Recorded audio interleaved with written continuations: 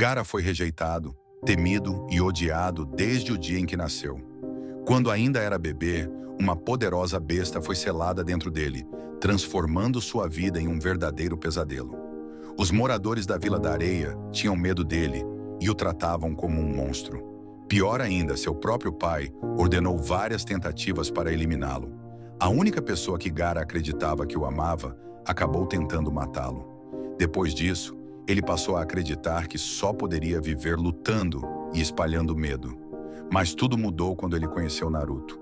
Pela primeira vez, Gaara encontrou alguém que entendia sua dor.